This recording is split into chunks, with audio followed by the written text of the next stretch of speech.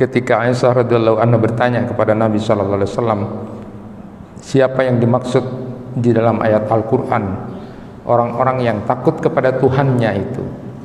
Apakah mereka yang berzina? Apakah mereka yang mencuri? Apakah mereka yang minum minuman keras? Tapi kemudian baginda Nabi sallallahu alaihi wasallam menyatakan pada Aisyah, bukan itu ya bintas Siddiq, bukan itu. Tetapi orang yang takut kepada Allah itu, cemas kepada Allah itu adalah justru mereka yang sholat, justru mereka yang puasa, justru mereka yang bersedekah, tapi ada ketakutan, ada kecemasan tidak diterima oleh Allah, sehingga dia tetap menjaga, merawat apa yang menjadi kecemasannya itu.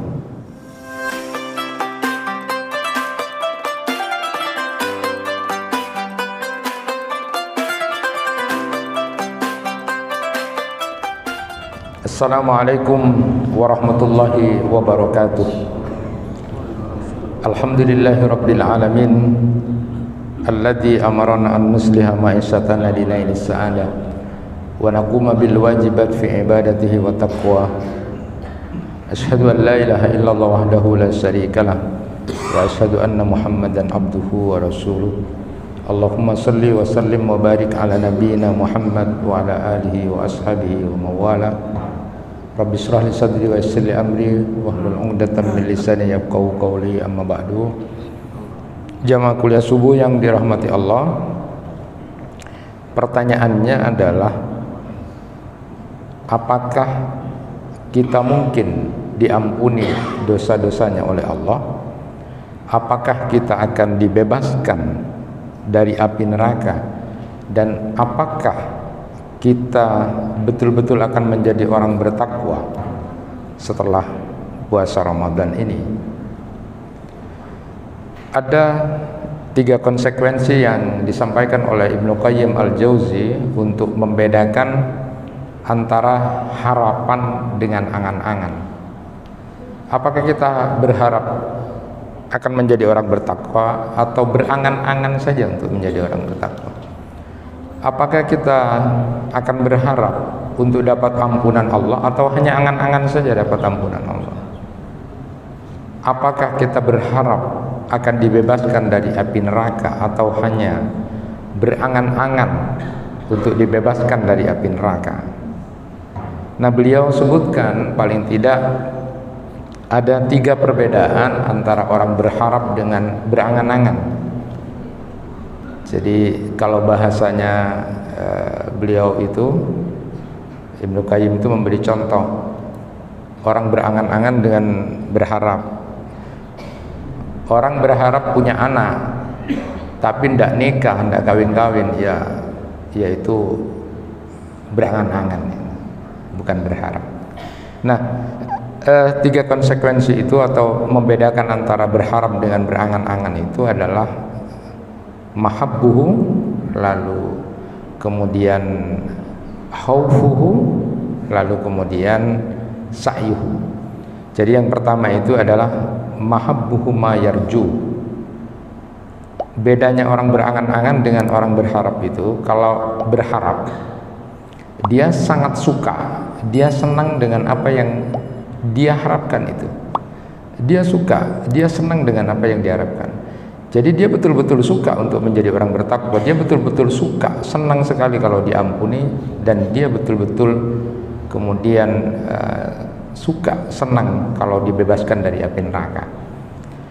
Sehingga kemudian kalau Ibnu Hajar al-Asqalani dalam Fathul Bari itu ketika menjelaskan, ini Fathul Bari itu adalah syarah dari Sahih Bukhari, ketika menjelaskan ihtisab itu tidak hanya sekedar ingin berharap pahala dari Allah. Jadi kalau man shoma ramadhana imanan wahtisaban itu yang ghufir lahu ma taqaddama min dhanbi. Jadi tidak hanya sekedar ihtisab itu, orang siapa sih orang yang puasanya nanti dapat ampunan dari Allah dosa-dosa yang lalu? Yang disebut di situ syaratnya iman dan ihtisab. Begitu juga dengan diksi hadis yang lain, mangkoma ramadhana, jadi malamnya dia sholat. Nah, mereka akan diampuni dosanya oleh Allah dengan syarat dia iman dan ihtisab. Tidak hanya ihtisab itu diartikan oleh Ibnu Hajar Al-Asqalani itu sebagai ingin dapat pahala Allah, ingin dapat ridho Allah. Tapi kata beliau, ihtisab itu adalah dia tidak punya perasaan berat sama sekali dan tidak malas ketika mengerjakan sesuatu atau kemudian mengerjakan ibadah puasa itu. Dia tidak ada perasaan berat sama sekali dan dia tidak ada rasa malas.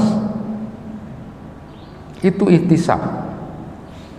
Jadi bahasa kita kalau hariannya dilihat ada orang puasa malas-malesan, kok merasa berat kayaknya dengan menghitung hari, ki purole saminggu ki. Nah, itu tidak ihtisab.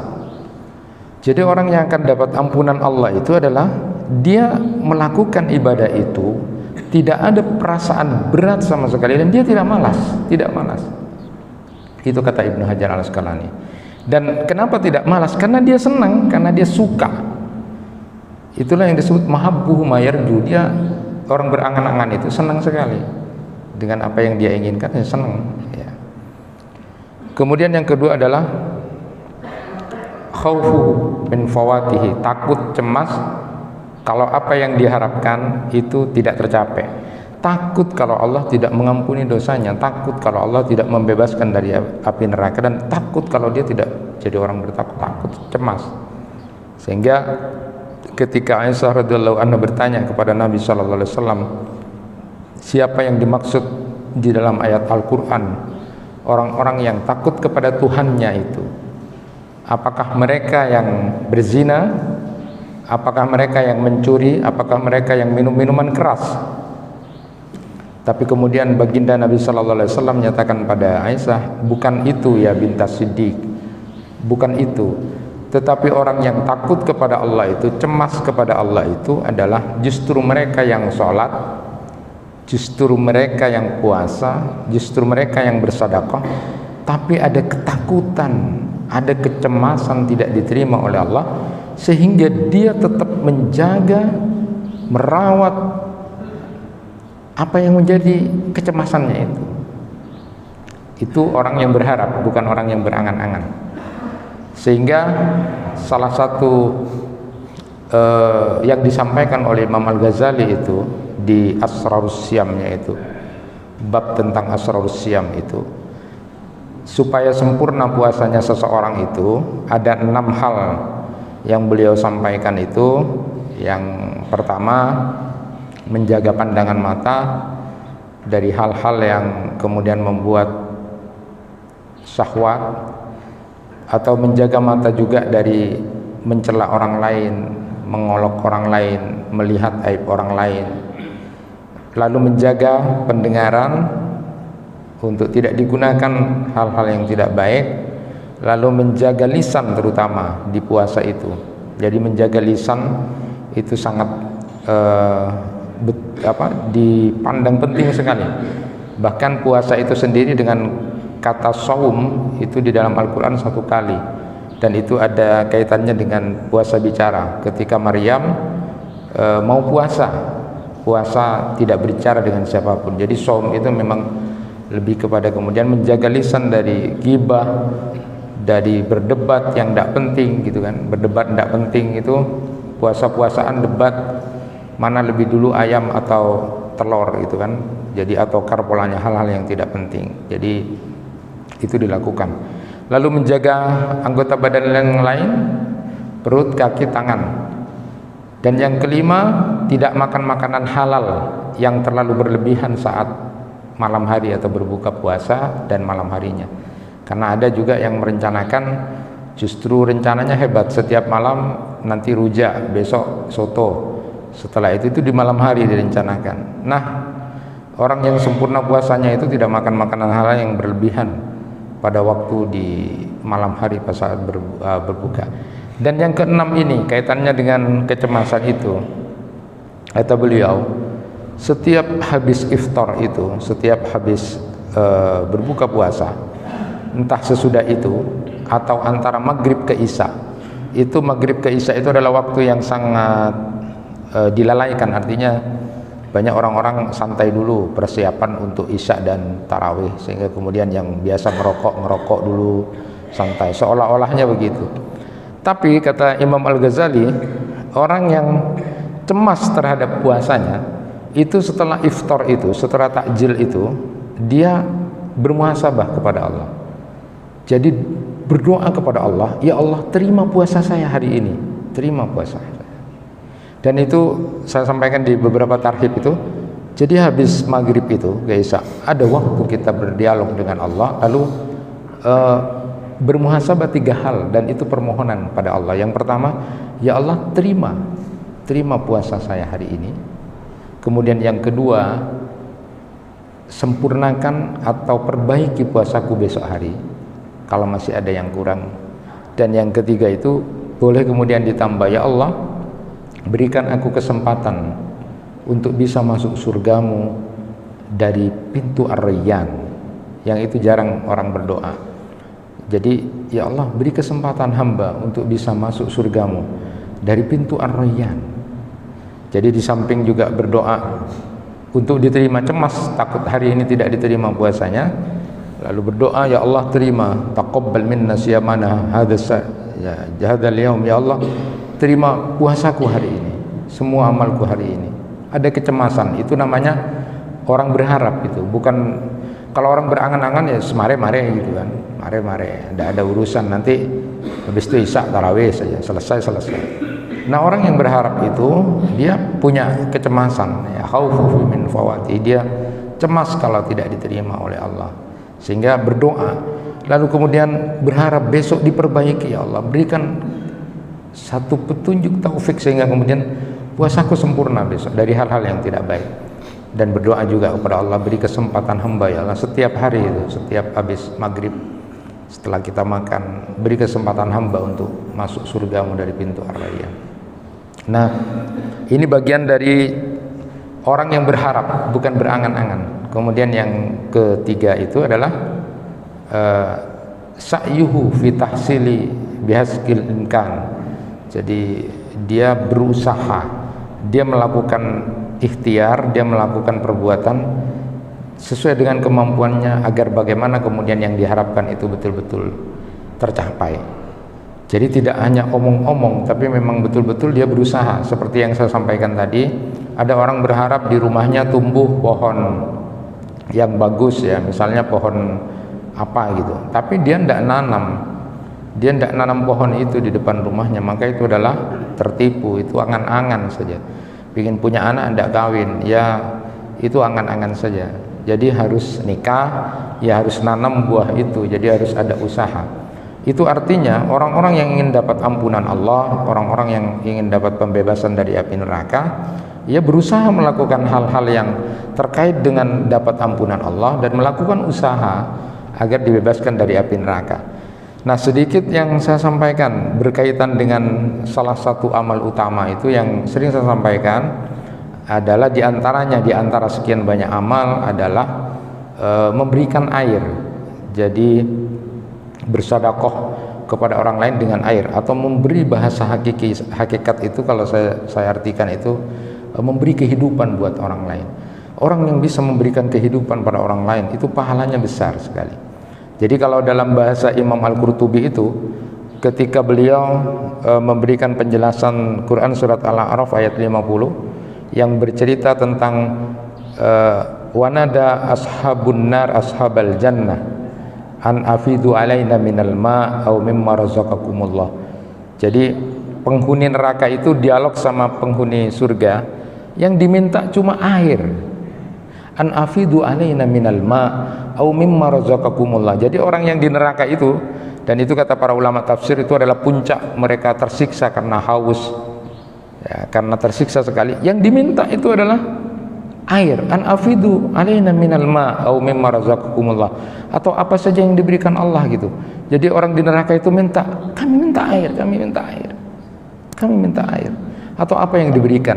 Sehingga lalu kemudian orang-orang yang di surga itu qalu innallaha harramahuma alal kafirin, ini yang dua ini, air maupun apa namanya yang diberikan Allah itu diharamkan buat orang-orang kafir.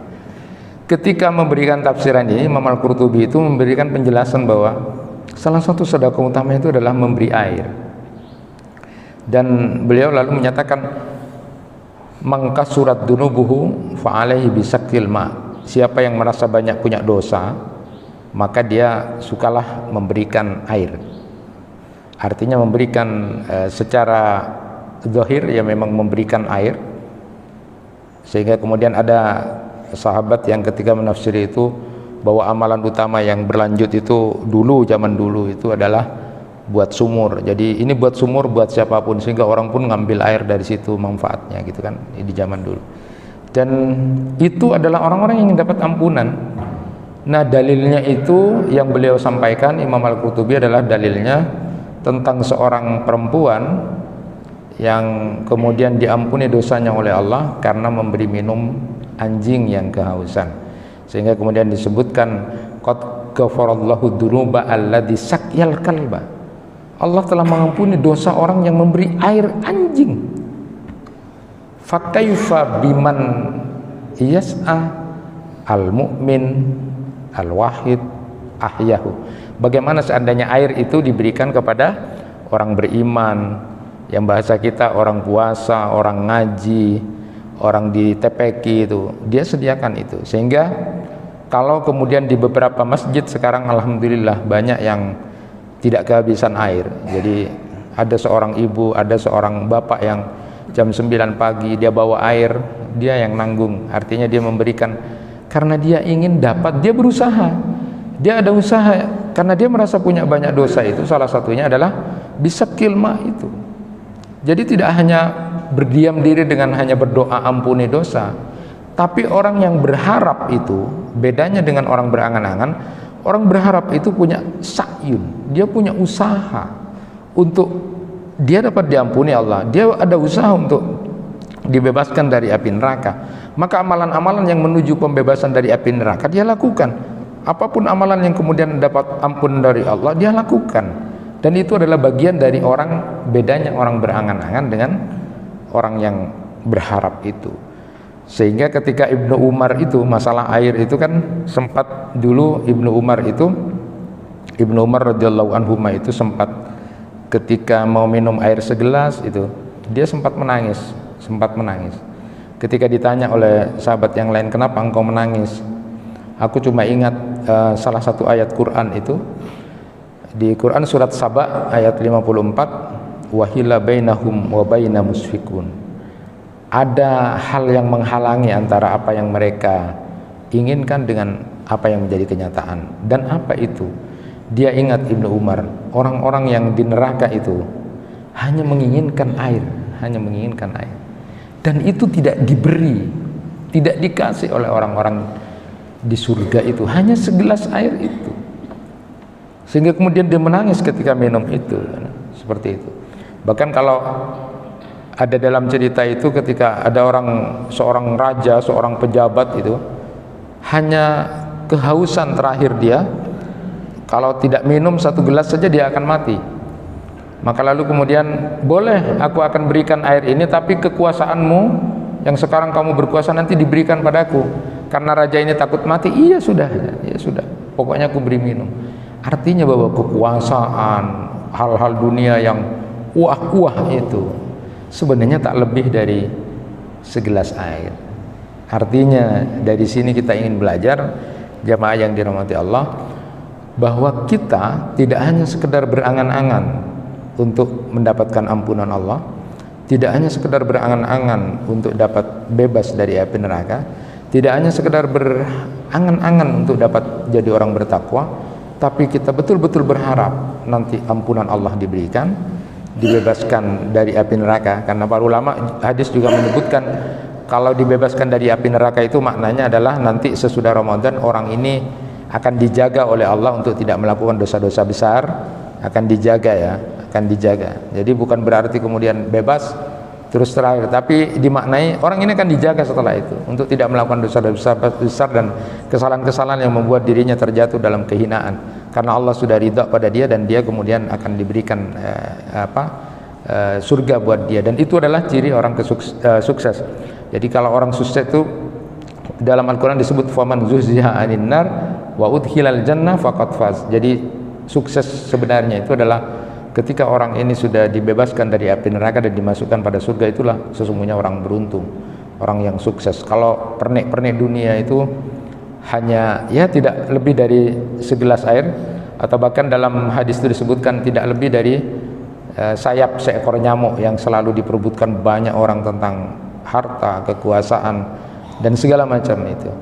Nah, jamaah yang dirahmati Allah, tentu bagian dari sa'yun kita, usaha kita untuk dapat menjadi orang bertakwa, dapat ampunan Allah, untuk dapat dari pembebasan dari api neraka, sedikit belajar dari kitab yang ditulis oleh Syekh Muhammad Abdul Ati Buhairi yang saya tadi malam saya sampaikan, Nida'atul Rahman li Ahlil Iman. Itu kata beliau, ini belajar sedikit aja, bahwa menurut pengamatan beliau setelah diteliti ada 89 ayat itu, lalu yang dimulai dengan ya ayyuhalladzina amanu itu ada 89. Tetapi kata beliau, yang unik adalah di dalam Al-Quran saya menemukan bahwa Allah memanggil itu ada dua model di dalam Al-Quran. Yang pertama, panggilan pada nama atau objek, itu disebut dengan nida'ul alamah. Kemudian yang kedua adalah panggilan kemuliaan atau panggilan kehormatan, nida'ul karomah, panggilan kemuliaan. Saya menemukan di dalam ayat Al-Quran setiap Allah memanggil pasti itu dengan nida'ul alamah atau nida'ul karomah. Nida'ul alamah itu adalah panggil dengan namanya.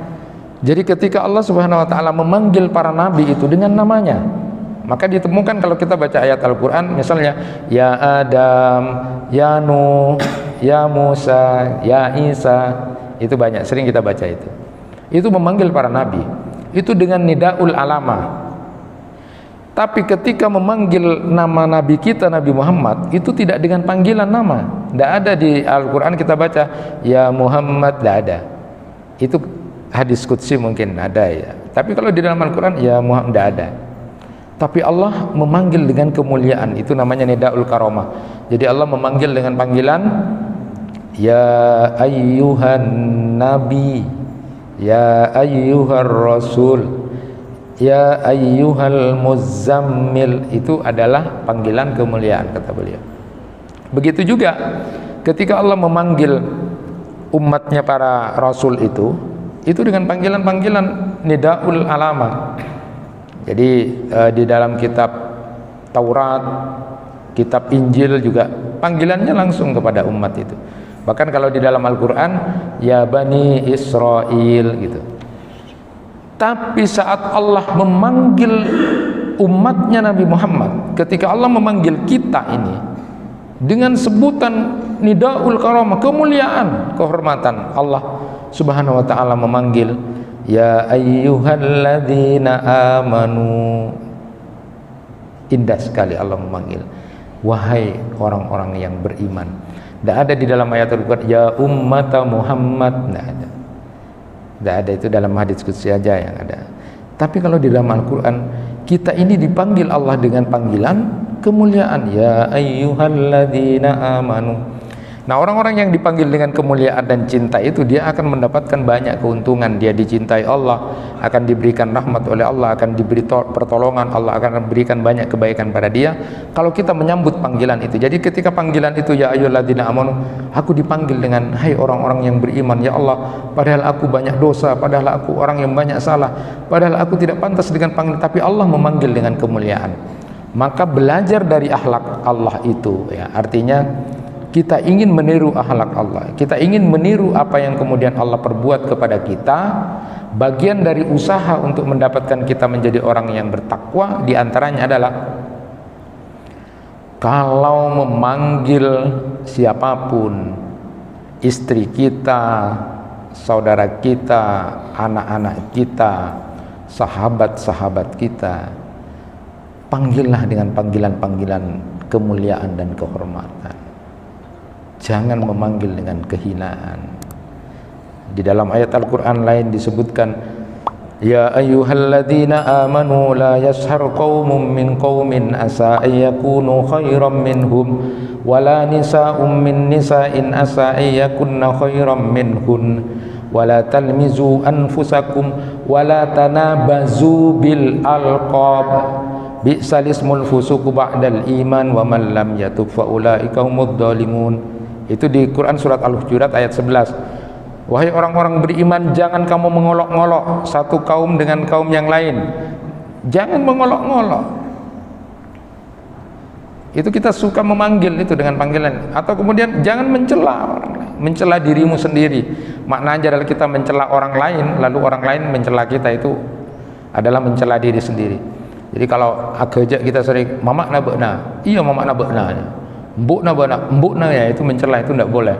Dan kemudian ketika kita mencela menghina itu apa? Dan yang ketiga, Allah melarang wala tanabazu bil alqab, jangan memberi gelaran-gelaran yang tidak baik. Jadi kebun binatang keluar dari mulut, oh moseng, atau kemudian pada kita keluar mulut, itu tidak boleh beri gelaran itu.